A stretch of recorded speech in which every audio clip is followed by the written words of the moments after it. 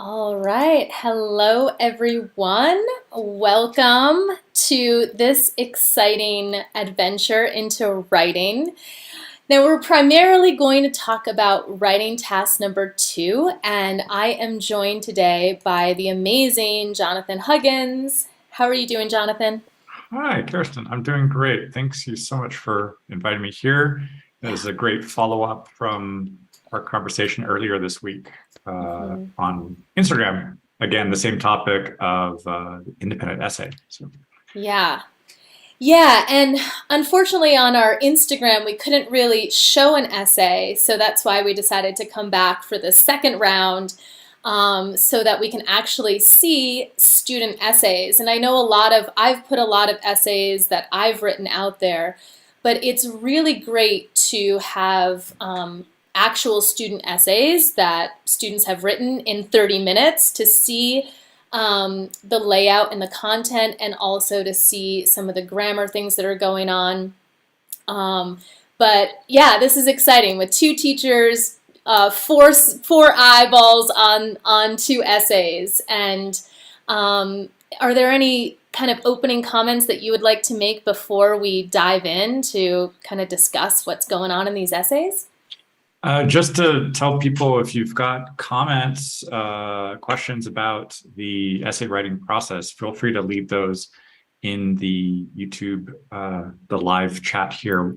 We'll try to keep an eye on that as well as we're going through here. If you have things you'd like us to clarify, take advantage of that. And yeah, let's dive into this. Let's dive in. Okay, sounds great. So I'm going to share my screen here. And this is our question that we're looking at. So do you agree or disagree with the following statement? It's becoming more difficult now than in the past to educate children due to the influence of cell phones and social media. So I would say if you're watching this later on, this is a great time to just pause and maybe brainstorm this for yourself. So you have some ideas to work with and just to see what other people did, right? It's nice to come up with your own ideas and then look at some examples. Anything about this question before we look at one of the sample essays that you want to talk about, Jonathan? Yeah, I think that this has like three parts to it about, so one is this difficulty level in terms of the more difficult. And usually when we have one of those kinds of statements, we could look at it from kind of like a math equation. It could be more, could be the same, could be less. We have that comparison now versus the past. So it would be make sure that you're including both both references there in an example to make sure that that's not incomplete or accidentally, off topic in a way. Or I would say incomplete if it doesn't consider both sides of that. And this educating children, some languages, the word educate could be interpreted in terms of, does this mean that children are polite, courteous, or are we talking about them learning information at a school? The primarily, this is the one where children are learning at a school, acquiring information, not the parents giving them advice on manners and how to be polite. That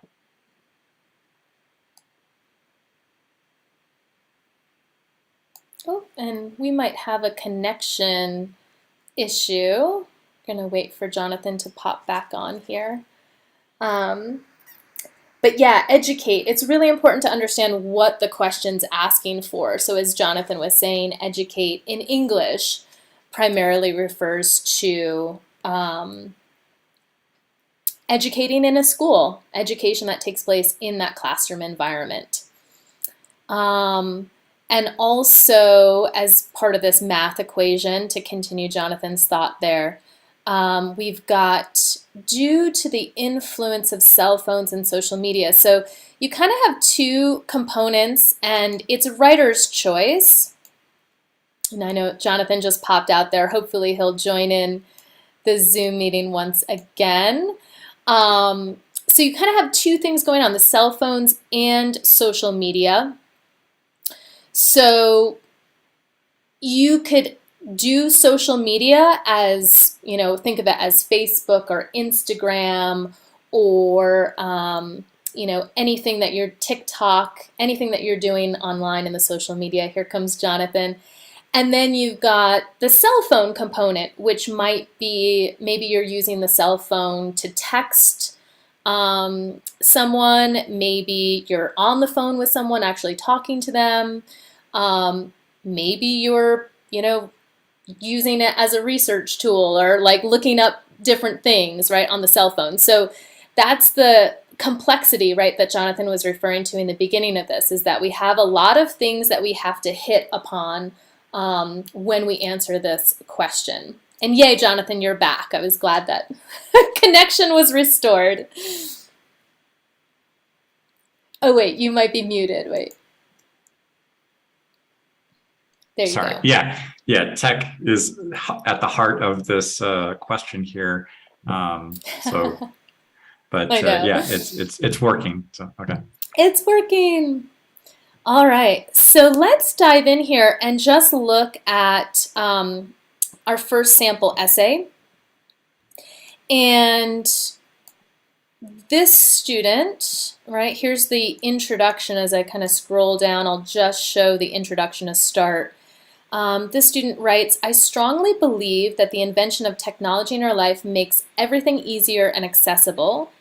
That's why I disagree with the statement that nowadays it has become more difficult than in the past to educate children due to the wide use of cell phones.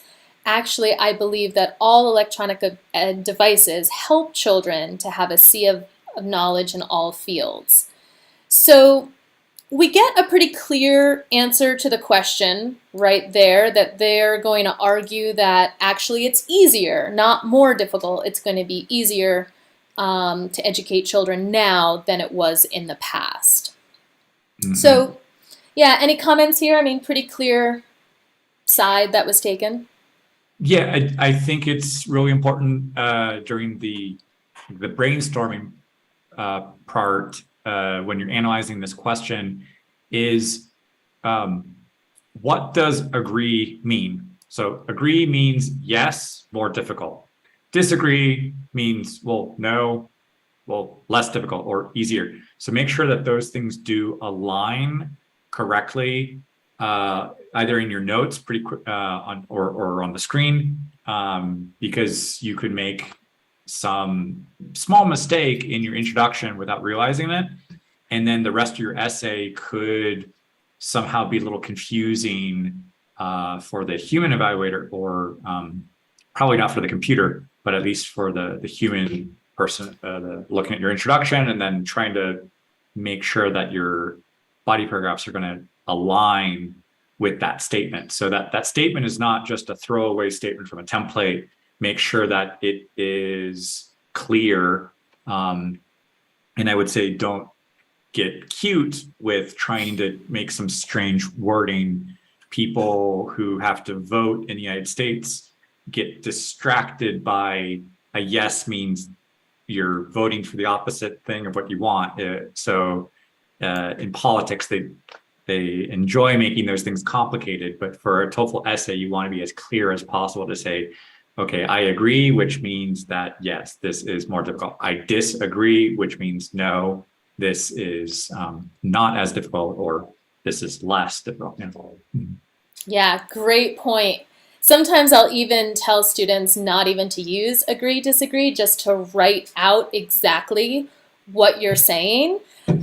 So in this case, it would, we would get rid of I disagree with the statement that. It would just be, nowadays it has become easier than in the past to educate children. Or nowadays it hasn't become more difficult than in the past to educate children. Either one of those, because there is so many times that I've seen that tendency to confuse, oh, I agree or I disagree. And then there's, whoops, you're actually arguing the other thing. So for clarity's sake, exactly, you've got to make sure what you're saying after that lines up. Beautiful. Okay, so we'll move on to supporting paragraph number 1. Okay.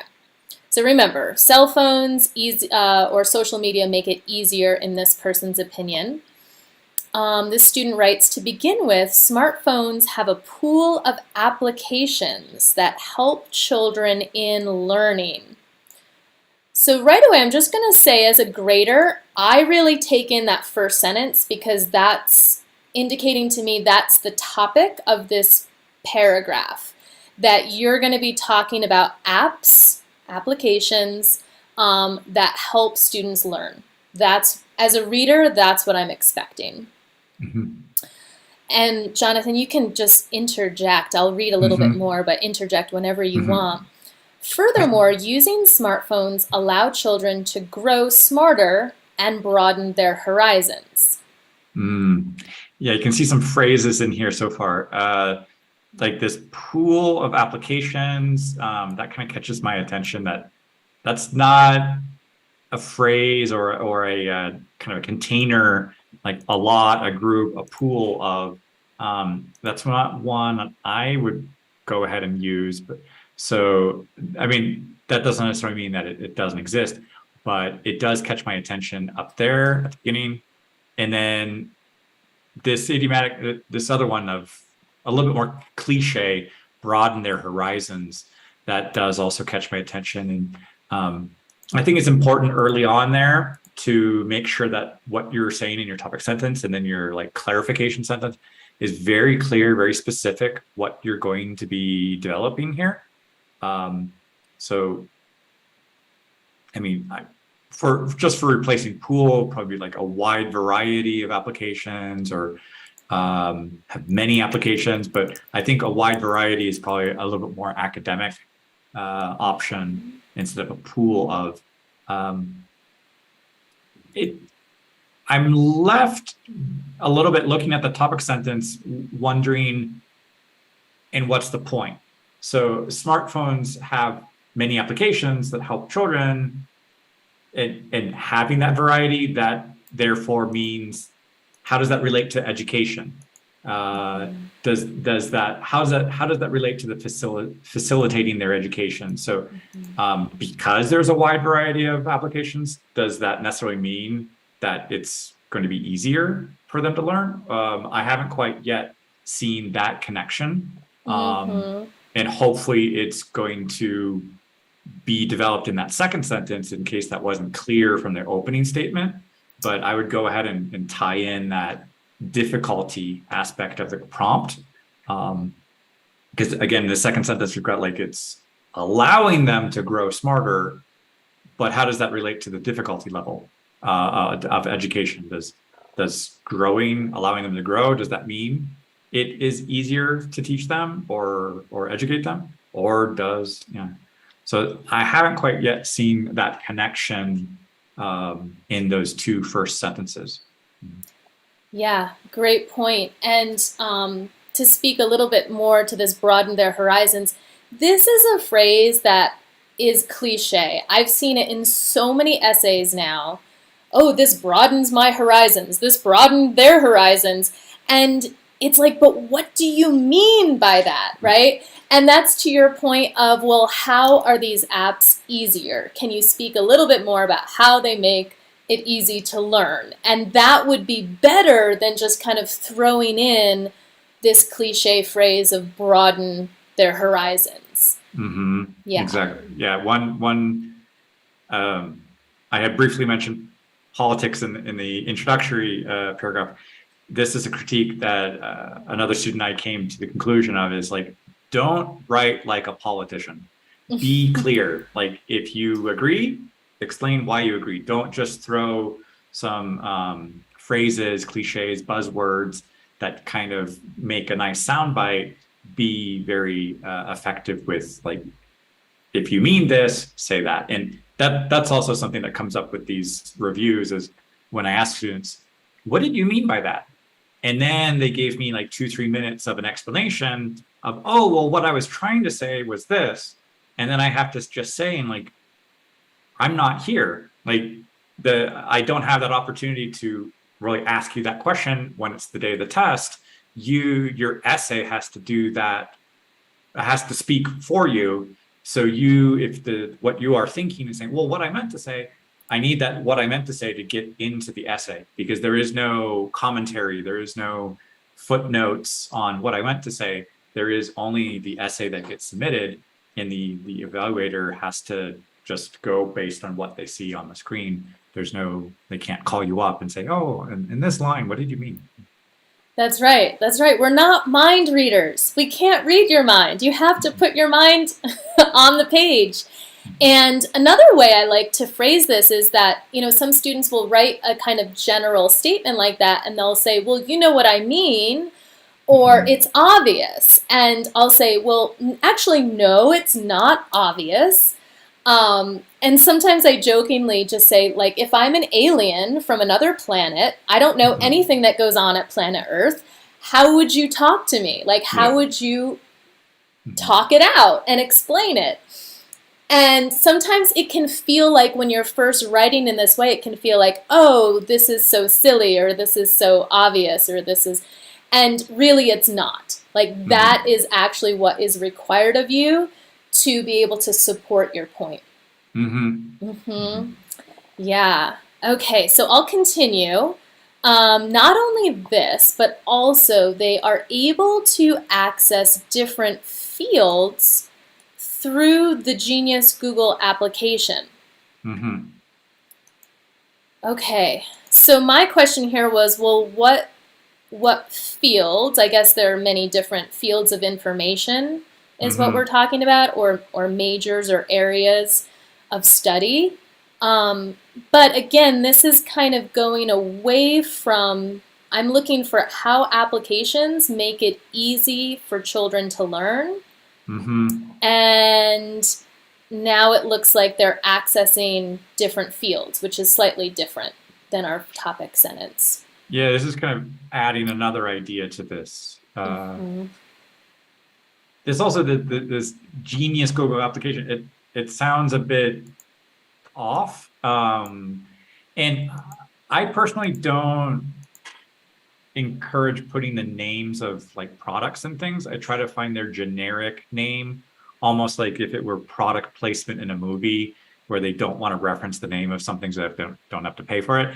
I would say, like, well, basically, what's the function of Google? It's a search engine. But even if we correct that and say search engine, this is not necessarily aligning with this variety of applications. Like, I wouldn't add that part there. Right. I would just focus on the applications there. Yep. Make that connection with the difficulty. Is that easier? The easier how? Yeah. So they can search for any information or subject they have in schools. In addition, they can use these smartphones, and I think we just want these, smartphones, while they are outside. Is that physically outside or just not at the school? So that could be specified a little bit more. I think this possibility of like the searching for information related to schools, this is now something a little bit more specific to their education in terms of learning. I mean, in the opening statement it says like that's helping them learning, but how exactly? So I think searching for information is one way that if you have a question, you look for the answer. That's part of the learning process. But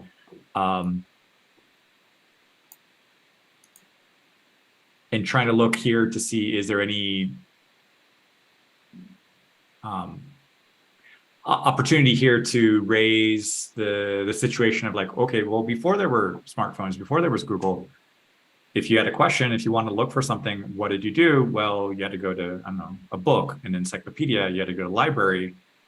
And that's limiting. That could be more difficult. The library closes at a certain hour. You're only allowed to check out a certain amount of books.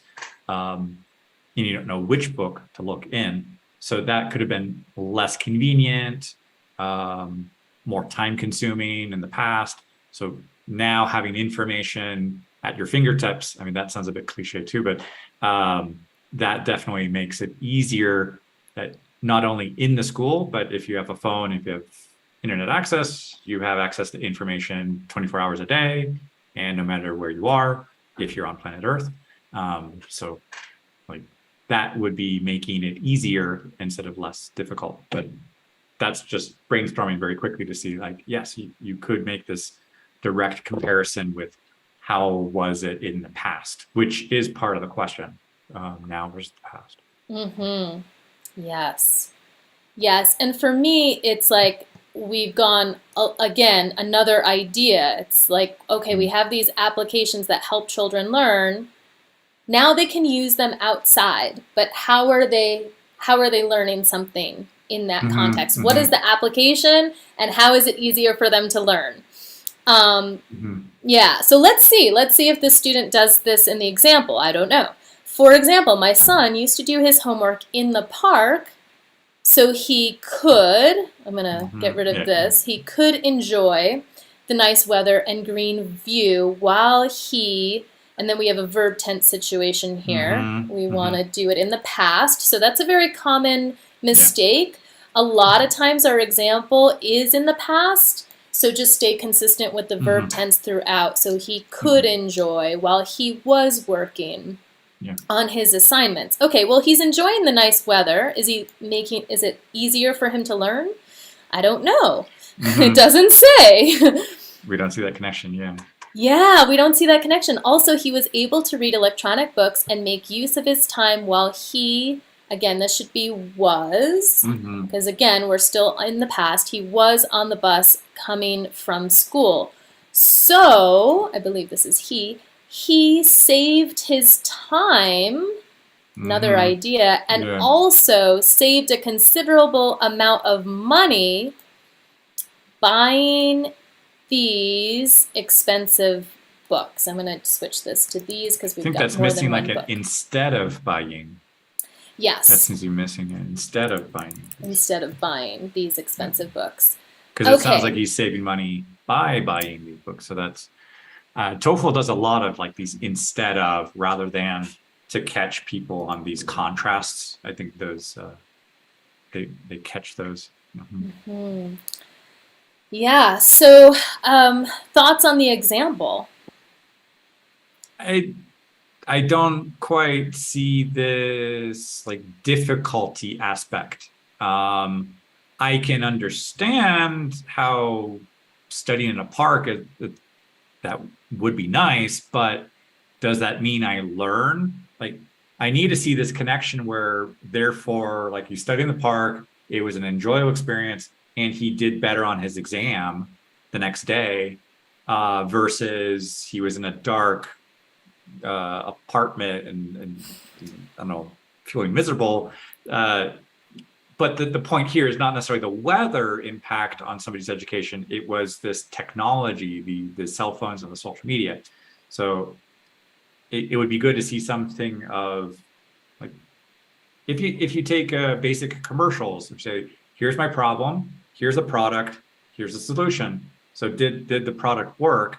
So kind of share that little like 2-3 step part of the story of he needed to learn something, use the cell phone, and then what's the result? Did he get a better grade on this test? Did he learn? Did this help his memory? I don't see that connection. I see this talk about the weather, but I don't see that going back to this technology part. No. Yeah, brilliant. Yeah, totally agreed. And I think if I were to rewrite this particular example, and again, I'm going back to our topic sentence, and I think what you just explained is that product, how does it work, solution is brilliant, because if I just look at my topic sentence, it has my formula right there, and now my example has to follow this little formula. So, okay, who is it? My son. My son is doing his homework, and he has an application on his phone that whenever you point it to a plant or a tree or, you know, some sort of flower, it will immediately like kind of take a snapshot of it and identify what type of flower that is or what the tree is or what the plant is. And so he was able to learn all of the names of these different plants and trees.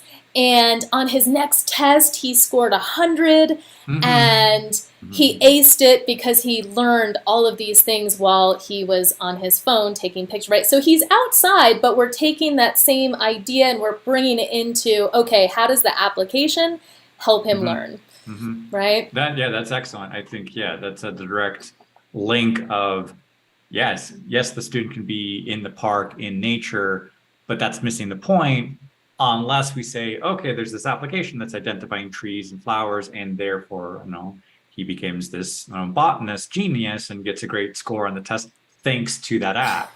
Yes. But without saying there's an app or something involved in there, we're kind of missing this topic. It's not just, okay, some people like to learn in a classroom, others like to learn in a park. That's another topic. Right. And this one is about this influence of the technology. Exactly. So there's overlapping things, but we have to be careful not to just kind of memorize something and then say, I'm going to force that into this paragraph and see if it works, see if it sticks, like throwing spaghetti at the wall. We need to make sure that this topic sentence, the clarification and the example are appropriate, are coherent for this topic. Yeah, and thanks for bringing that up about the memorized reasons. I think that's a lot of times what students will do is they'll have this list of, okay, these are the possible reasons I can talk about in my essay. The saving time and saving money happens to be one of those memorized reasons, right? And it doesn't necessarily work every single time. And in particular, you know, if this student started out saying smartphones are, well, you can't even bring money into this. I don't see it because we're talking about how it's either easier or more challenging to educate, right? So maybe you could say, well, it's easier to educate students with smartphones because it's cheaper. I don't know how you would argue that. I wouldn't write that one. But again, this is like jamming a reason where it's not authentic or it's not real for you right now. So that's what I see happening right here is this time and money is just kind of being thrown in like the spaghetti on the wall, and it really doesn't make sense for what this person needs to do in this example to support the topic sentence. Yeah, now that you mention it, I do believe I've heard some students tell me that they've gotten some advice where it's like, always analyze this question from like 4 perspectives: time, money. I'm trying to think of some other ones that are on there, but personally, that's not exactly my approach. I would say like take the keywords that are actually in the question itself and see what organically comes up from that, instead of just forcing a certain perspective. And it's not always time and money. I mean, there could be other things in this case, time and money doesn't really seem applicable for this part of this kind of children's education. Exactly. Yeah, and it's like we discussed in our live on Monday, where I feel like some students think it's the easy way out because, oh good, I don't have to think about it. I already know my reasons. However, sometimes when you're on the test, you do have to just spend a moment, write down your thoughts, think it through, make sure it makes sense, and you might come up with a new idea in that moment. That's great. Yeah. It's scary. I mean, it is. It's easier to just memorize and trust a template, but that's like my kids having training wheels on their bike. You can't just use training wheels everywhere in the park. Like it's more enjoyable to take the training wheels off, go elsewhere, and trust your skills. And I think these templates where it's like, I'm not going to deviate from that. What that indicates to me is a bit kind of shaky brainstorming skills, shaky writing skills, and where it's like, I'm only on this like very thin line that I know that if I deviate from that, I'm going to get this huge mess. And it's a risk. That's a risky way to approach this, this essay. That's not always going to get the highest score. It might get a 3 out of 5, just something cookie cutter, generic looking, but I don't think it's going to be getting those kind of high scores of a 4 and a 5. Yeah, yeah, exactly. And we'll just finish this out here. It looks like we're going to the other, the past maybe. On the other hand, children before used to waste a lot of their time. I remember when I was at high school, I had to stay for 30 minutes in the bus without doing anything because it was not easy to carry extra book, maybe an extra book, to read in the bus while I'm going home. And so, I'll change this to on the bus. They're at least talking about the past, but there's a missed opportunity here to say, and thanks to, I mean, I don't want to say Amazon Kindle, but at least to say, okay, thanks to reading apps, I can have a whole library in my phone instead of having to carry this heavy book. So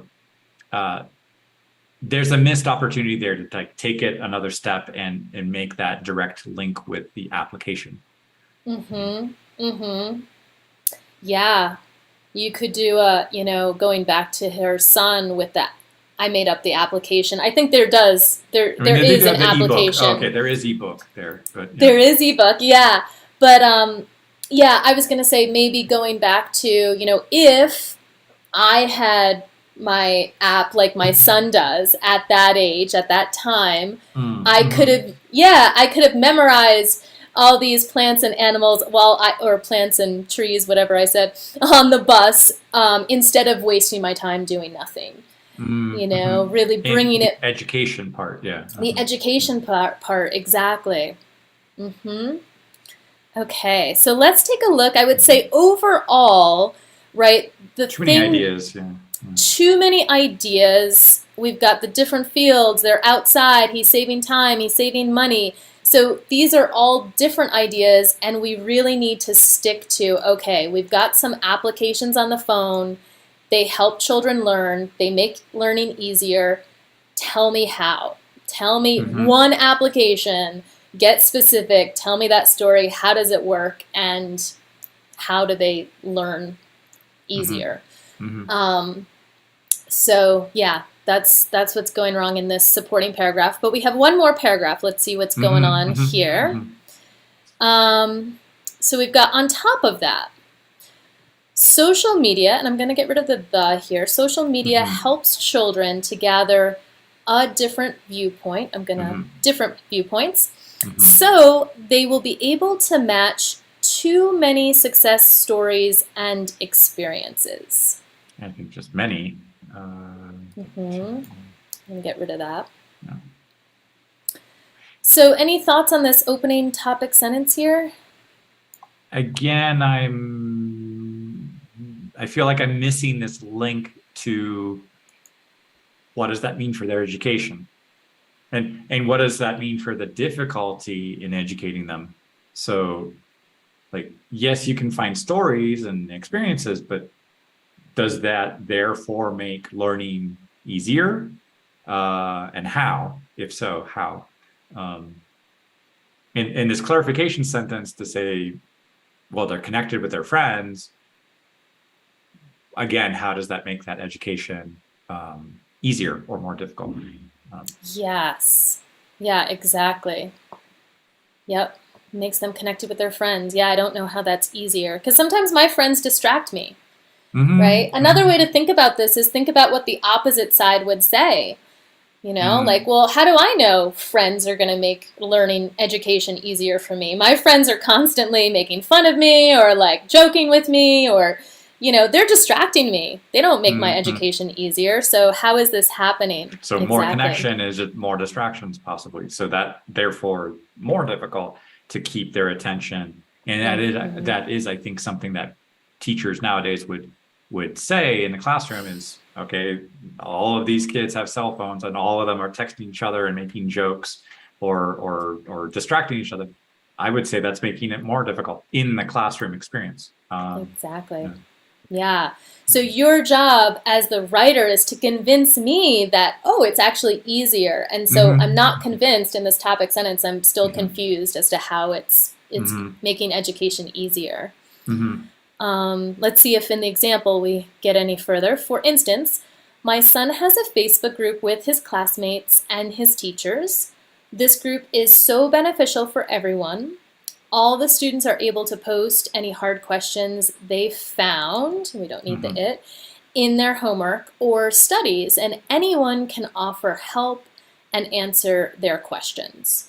Also, teachers share with them very important tips and videos at any time of the day. As a result, every student is getting a ton, I'll do ton, of information every day. So, what are your thoughts on this example? I think it's a great example. It's just not been marketed.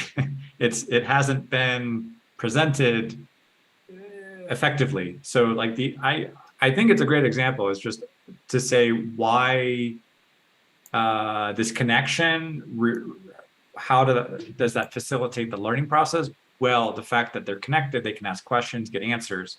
So I would say something in this topic sentence about like the social media connections allow students to ask questions and get answers immediately outside of the classroom. And then this example would, this anecdote would kind of match up with that and further clarify that situation where, yeah, my son has a Facebook group with his classmate and the teacher. So it isn't just the kids wasting each other's time. The teachers are also in there. So that does make they're a little bit more of a benefit for the education standpoint. That's good that they're explaining that it's beneficial. That would not necessarily just be obvious on its own. It's good to make those little comments for the reader to recognize that. And then clarifying this, yeah, posting a question, getting an answer, or getting help on homework. Yes. Yeah, I love that. And I love your reframe of the topic sentence. So this happens to me sometimes. If I'm writing an essay, I might come up with a cool example, but I might go back and like revisit my initial topic sentence or my initial idea. Or maybe I don't even have an idea yet, but I have a cool example. And I'm thinking, okay, how can I best match, I believe you used the term umbrella, like this overall overarching idea that's going to encompass and be an exact match for my example. So I love what you rewrote it as. On top of that, social media connections allow children to get answers immediately outside the classroom. And now we can bring in the success because this will be successful in their education, right? This connection maybe brings forth, leads to, results in, let's say, results in educational success. That way we're bringing back that question of, okay, how does this help them with their education? How is this easier for them? Yeah, maybe I'll even put that this word. Connection facilitates, yeah, for that like easier, yeah. Facilitates, love it. Look at all these synonyms we're just pouring out there. Okay, this connection facilitates easier educational success. Yeah, and yeah, and a bonus would be to add, okay, well, what's the success? You know, maybe at the end of this frame, better grades, or yeah, you're enjoying learning more, so therefore you're improving your grades in school because you get this connection and these answers to your questions. Yeah. And then in contrast, okay, I remember before students had no connections with their teacher, so they had to wait to meet their teacher in school when they had time to explain anything to them. That's why I believe that this platform helps students so much in education and in their social life as well. Yeah, I mean, the contrast, that counterexample, I think, is necessary. It's not just like a bonus counterexample. It is really clearly making that answer to this now versus the past. So in some cases, on other cases, I might throw in this counterexample, say, oh, well, things were so complicated before, and thanks to this thing. But this one, yeah, showing how, okay, you have to wait several hours until the next day if you have a question. You might even forget that question, so you might even get that chance to ask. So this, you can imagine that, okay, this is making it easier, and it's probably also documented since there's a post and then answers. So not only does it help somebody in the moment, it also helps somebody who comes across that discussion later on. Whereas, asking somebody in the classroom, only you and the teacher have that little conversation, and the moment the teacher gave that answer, that information is gone unless somebody else was speaking, unless somebody else took some notes. So, so there's even this possibility of documentation of the answers. Yeah, and I'm going to be a little bit of a stickler here too and say, okay, this question just wants us to focus, like, do cell phone, social media make it easier to educate or more difficult to educate? And so we're really not interested in improving their social life.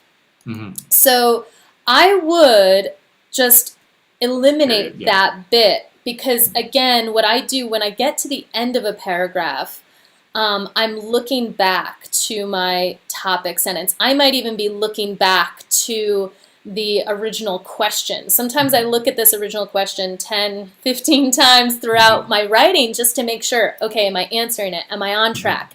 Did I answer that, right? So I think just ending it with, that's why I believe this platform, referring to, I believe, Facebook, helps students so much in education. And therefore, then that's a direct answer, right, to the question, and connected to your topic sentence. So, and this is not an obvious process. I like watching a lot of behind the scenes videos on the brainstorming and the development process, like even like Disney Pixar movies, to see their drafting process, the storyboarding. Do they have characters who shouldn't be there? What really is the story?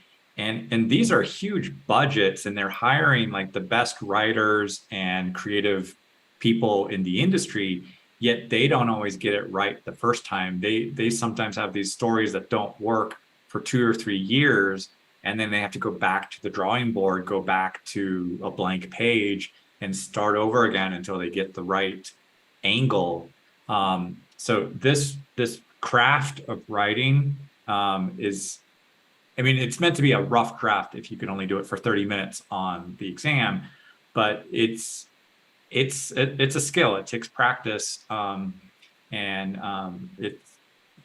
even for people who are experts in this stuff, it can be challenging to kind of find those angles, find those reasons. They're not expecting you to be an expert in any of this stuff, but just to kind of come across these adequate reasons, or to kind of align on that topic sentence, the example, the conclusion, in a kind of a rough draft way. Yeah, great point. And let's go on to, this is just a short little final paragraph. Conclusion, finally, because of all the reasons I stated above, I encourage everyone to make advantage, take advantage of the new modern technology, because they will have a countless number of benefits. I'm going to just get rid of that comma, no comma before because there. Yeah. I don't think the conclusion should have really like a call to action, like encourage everyone to take advantage of it. It's not like it's not a persuasive essay. We're not trying to convince somebody like, hey, go get an app, go get a cell phone, it'll be great for your education. And it's not everybody. It's not everyone. We need to keep that focus on the children and their education. So this looks like it's a broad ending that could be part of a persuasive essay, but these ones for these TOEFL ones, a bit more like informative or, well, defending an argument.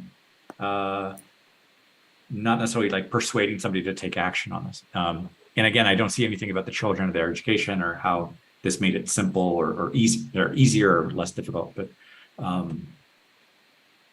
it's kind of a throwaway conclusion, kind of a template kind of a thing that, yeah. What's your reaction on it? Yeah. Yeah, I mean, I agree. I would say, again, simplify, just restate your argument. Finally, children,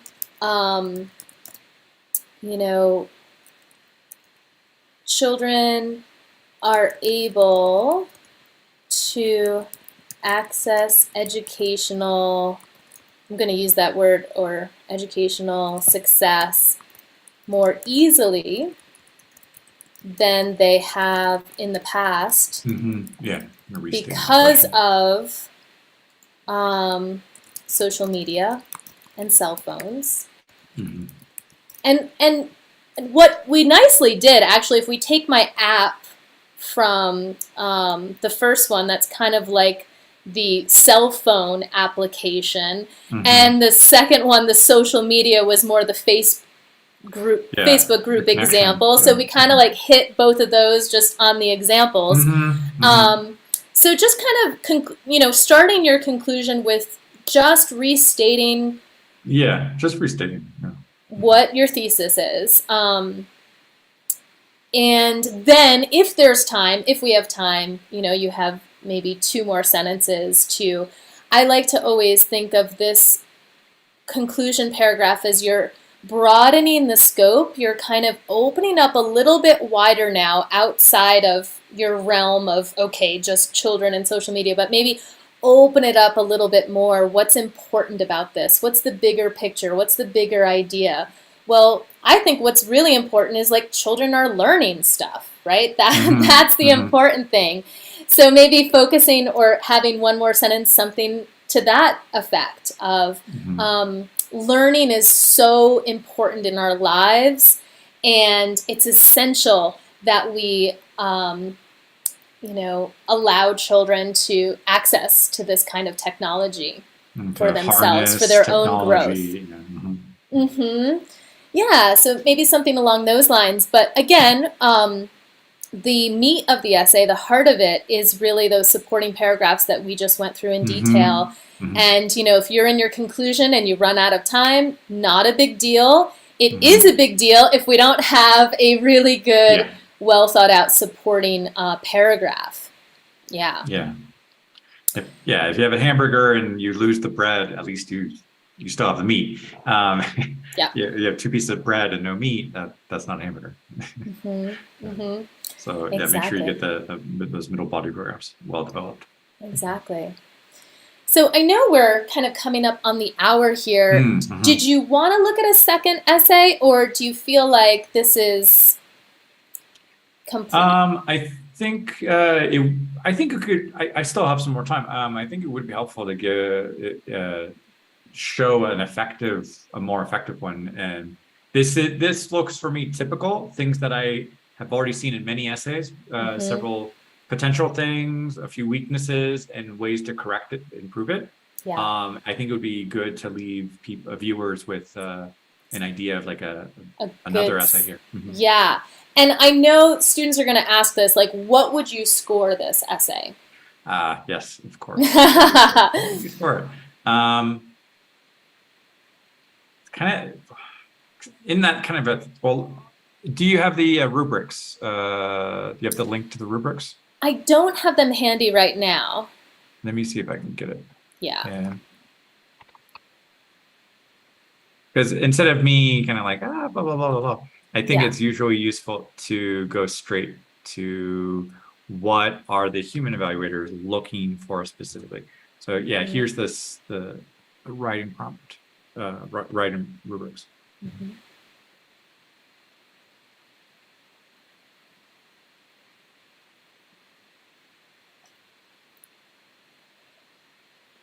And while you're drawing those up, I'll say my bit. Can you check in the chat box? Oh, chat box, sure. There we go. Yeah, great. So starting all the way at the top, was it effective? Not as much, because it felt like things were not straight directly connecting to that question. It was developed, but were these explanations clear? I think there was like too many ideas in the first paragraph, or the first part of the paragraph. Were those ideas coherent? Well, too many ideas, it wasn't really matching up. Right. And then in the second paragraph, we had that issue where the example didn't quite match the topic sentence. Like it wasn't an exact match. So that would be a problem with unity and coherence. Yeah. So at this point, obviously not a 5 because of these certain weaknesses. So like moving down into the 4, did it address the topic well? Not like, well, we're going from effective and then well, and that I'm still not convinced. I mean, on that first part of your paragraph. Fully elaborated. Well, the problem when you put too many ideas in one paragraph is that they're not going to be elaborated. They're just going to be very superficial. They're going to be very limited. So that's why you want to stick to like one main idea, and then you give yourself that space to go on and elaborate and develop it. So again, there's well organized, well developed, appropriate. I'm not quite satisfied there on that. Yeah, because we were also mentioning these things like saves time, saves money. That didn't quite seem relevant. Yeah, those weren't appropriate. Yeah. In that progression, cohesion. A little bit of digression or unclear connect. Yeah, I mean that's possibly there. There were into the language aspect itself. There were little things to fix, minor things, not huge things. I've seen bigger mistakes on things, but they're still there. There's still a variety of mistakes, but they're still mistakes. And then, I mean, getting harsher and more stickler on this, like going down to a 3. Does it address the topic? Somewhat. So we've gone from effective and then well and then somewhat. I think that somewhat seems to kind of fit my impression here. The idea is being a little obscured. Yeah, I mean, how does this relate to the topic? I do have myself asking that question a little bit, like, I don't quite see that clear connection between this or your topic sentence and then the explanation. Is that making that connection clear? Not completely. Some little things on the word choice. Yeah, we saw something like cliche or a little awkward on a not so natural sounding thing. Yeah, that wouldn't be as clear as it could be if we just went straight to a clear expression. So I wouldn't say there's limited range. I mean, there are long sentences and most of them are understandable. That some of them could be just somebody checking, proofreading their work before it gets submitted. They might catch more of those things. I'm kind of in between the 3 and the 4 here. I would probably go along with this like 3.5. Like the language use part is not as bad as it looks on a 3. There was a lot of content there in the essay. Not every sentence had a mistake, but the structure, the development, and making sure those ideas were matching with the question, that stuff takes it down from the 4, I feel. But I'm kind of in between those two. Yeah, I would agree with that analysis. About a 3.5 with this one. So again, if you're out there, one of the reasons why I wanted to talk about this topic so much is I've been seeing a lot of essays like this where there is some, good grammar going on, sentence structure is good. It's just that these points that we were talking about here, the coherence, the unity, that part, when that's not there, that's enough to knock your score down to a 3. And if you're wondering, well, what is that on a 30-point scale? You're probably looking at a 20, 21, somewhere around there, 19 possibly. So again, if you're like, you need the 24, you need the, 24 points on writing that you're trying to achieve, just kind of throwing a bunch of things in your paragraph When there's no cohesion, when there's no unity, that's what's going to reduce your score. Oh, Yeah. definitely. Yeah. Yeah. It's not just good grammar and throw in some fancy academic words and hope you'll be okay. There is a process of kind of, there's a lot of materials out there for kind of how to write a body paragraph. Yeah. And you're not the first student out there to go through that process. There are thousands upon thousands of first year university students who need to go through this process. Okay, I'm at the university now. How do I write an essay? And there are lots and lots of English departments out there. There are lots of them that have this kind of writing advice, essay writing advice that's out there. Take advantage of those resources.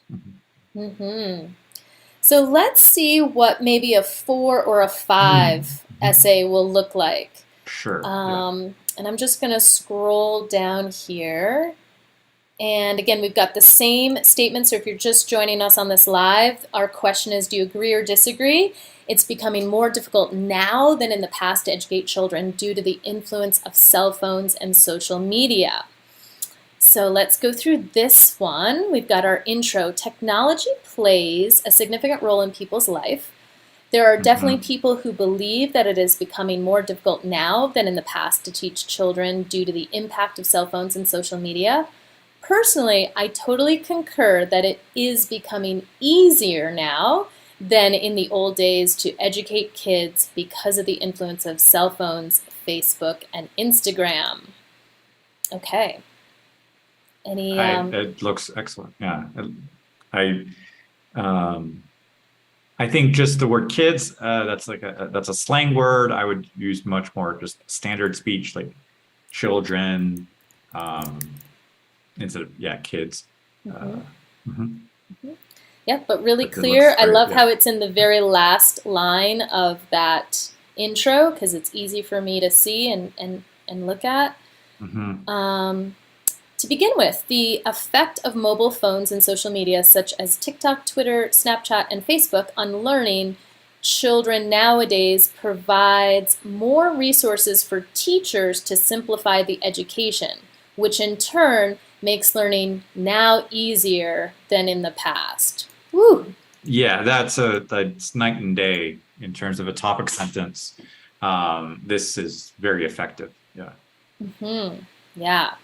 In other words, currently teachers can use a video from YouTube to illustrate a scientific concept for students, which enables them to understand easier. And this way was not available in the past in schools. And that is why the influence of social media is directly related to an easier process of education than in the old days. In addition, recently using iPads and solving some math exercises makes it easy for students to solve many questions during the class, and this helps the students to absorb knowledge readily. On the other hand, in the old days, students did not have access to cell phones and Facebook, so teachers used traditional ways of learning, depending only on papers and pencils without any ways of illustrations or creative tools to make their learning process easier. Consequently, mobile phones and social media have an impressive impact on education nowadays by making the education process easier than in past days. Wow. Yeah. I mean, it's just night and day when you see the elaboration, the development. It's keeps staying on topic, past versus now. This making it easier, facilitating it. There's just really positive things about this paragraph. Yeah, and I like the fact that this student has set it up as, it provides more resources for teachers to simplify education. So that's a nice addition. And then, right away in the example, teachers can use a YouTube video to illustrate a scientific concept. Now, for me, and this is me getting really stickler, right? Like for TOEFL, this is great. But as we were talking about before, I really like a story here. Like, okay, what science class are we in? Are we learning about dinosaurs? What are we learning about? Okay, and now we're going to grab this YouTube video, watch this 5 minutes about how a Tyrannosaurus Rex was the apex predator of its day or whatever. And then the kids are super excited to learn about this T-Rex. They're understanding concepts that visually they're getting from this YouTube that maybe, if they took time, if they read about it in a book, it would take a little bit longer. It would be more difficult to understand. That's just me kind of wanting that specific detail of what's the YouTube video you're watching. As a reader, that's what I'm thinking. But does this work for TOEFL? Absolutely. Absolutely works. And I would say if this writer wants to go one step higher, just bring in those details. Even going another, one step further is the children seeing this video on their cell phone. Exactly. Not just that the teacher is playing the video, is probably going to be on some projector on some screen, and this topic is about the social media and the cell phones. So why not just go ahead and say, okay, this video was or the teacher sent it to the kids' cell phones, and now the kids all have that same video on their cell phone and they're watching it.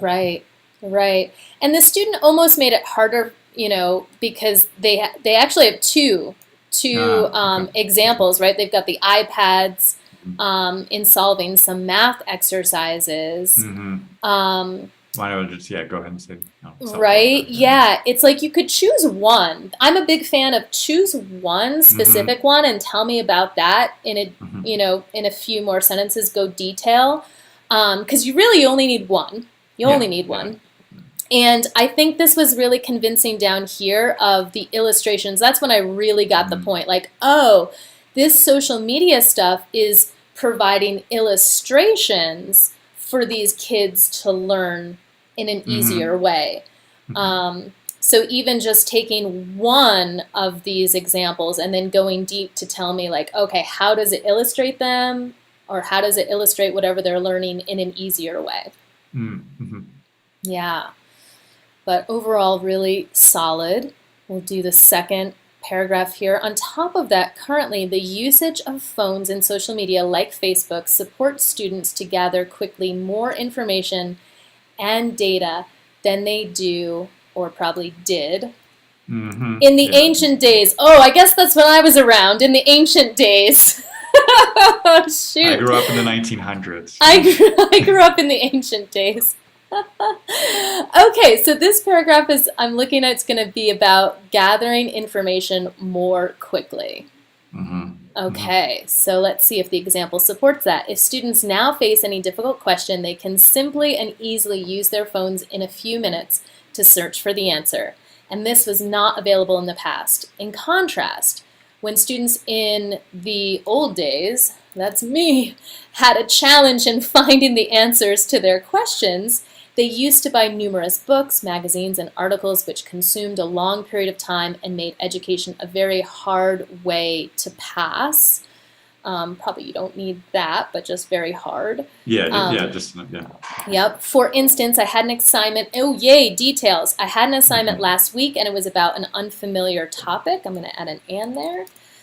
So I used Google search and navigated swiftly through many websites. Eventually, I found out all the data that I needed to finish my assignment on time within a couple of hours. As a result, nowadays, the availability of helpful applications in cell phones makes it easier for students to get information, data, and answers than in the past days.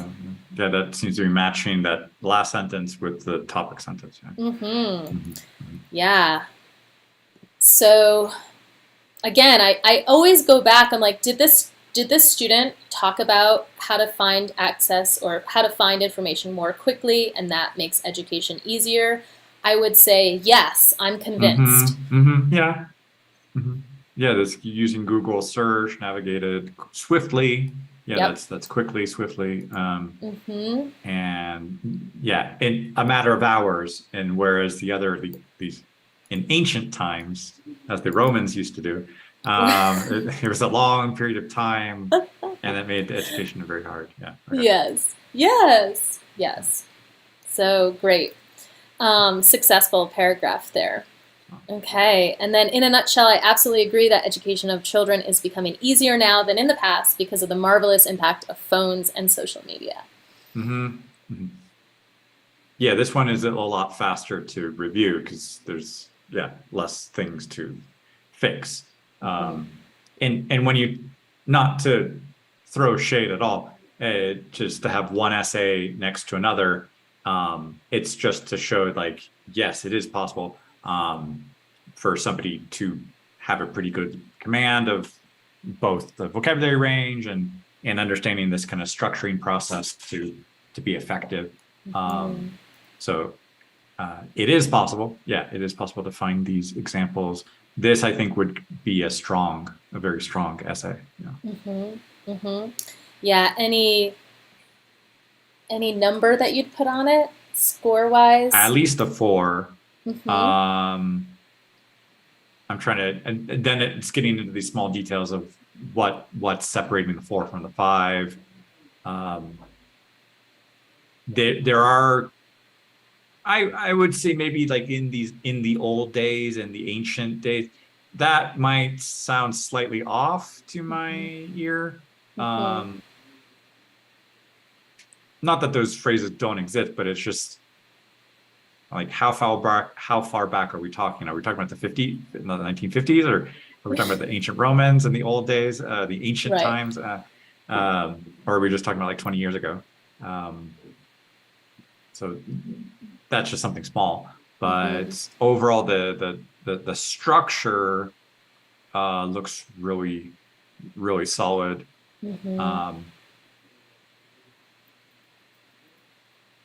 Yeah, I'd say this has a really good shot of scoring 24, 25, somewhere around there. Okay, I'm going to stop my share. Sure. And is there any other advice that you would give just in general for writing? Write every day, practice every day, use a timer, make that a habit, and don't necessarily think, okay, the first thing I'm going to do in the morning is write my 30-minute essay. That is not going to be realistic, because when you actually do get to this exercise of your independent essay, you've spent about an hour, almost an hour, with dense, heavy reading material, going through those questions. It's a bit stressful. Going through about 45 minutes of listening, a very short 10-minute break, 20 minutes or so for speaking, and you just did another essay, the integrated one, for about 20 minutes. You spent about like 2.5 hours now in that test center or at home. You're not refreshed. You're not at your best energy. You're at this point where it's like, can I just get this over with already? That's your starting point when you're about to write your essay. It's not like, oh, I'm going to do this one. I've got my coffee and I'm feeling good, and I just woke up and I did some yoga. Like it's not that moment. It's the, like I just got back home from traffic and I had a long, busy day at work. That's when you have to start writing your essay. That would be a little bit more emotionally and mentally when you're fatigued. That's your starting point. And that's where you have to dig deep to kind of, okay, 30 more minutes, and then I can finish with this thing and leave. But yeah, that's your starting point on your energy level. So that's what I say to be realistic, is start at that point. Yeah.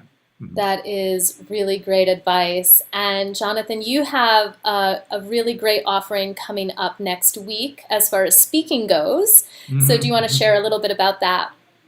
Yeah. So I'm continuing with speaking group sessions. We've had a couple this week so far. We were working on the independent speaking question. Next week, we're moving on to the second speaking question. If you're watching the replay, there's a chance that I'm going to be doing these group sessions a little bit later on. But yeah, we've got a small group there, and we're practicing. We're on Zoom, and we are going through just lots of materials, template, practicing, brainstorming, coming up with ideas, going through a lot of things on the pronunciation. So it's a great group. It's not too overwhelming, and we're there getting some feedback and interacting with each other.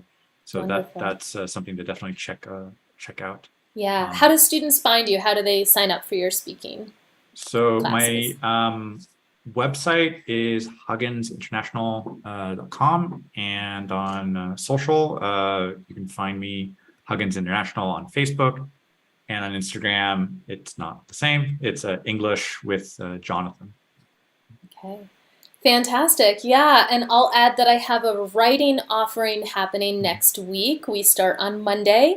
So if writing makes you scared, if writing is a challenge for you, if you've been stuck at the same score for a really long time and you don't know what else to do, join the class. We're going to be doing 8 essays total. We're going to do writing task 1 and writing task 2 each week in a timed environment. So just like Jonathan described, we're going to be in class for an hour, you're going to be good and tired, and then boom, you're going to write an essay. So that's to help you, again, exercise that muscle, right? And TOEFL is a marathon, so you got to get really used to having that endurance and that capacity to show up when you're really exhausted, when you're tired. Not that I'm going to make you run around with a tire or anything like that. Maybe. But anyways, we'll start next week. It's a 4-week course. You can check it out at TOEFLland.com under the courses. And I hope to see you all in class. Thank you so much, Jonathan, for doing this together with me. I think this is awesome. And for students to come too, it's a great resource to really understand and learn from.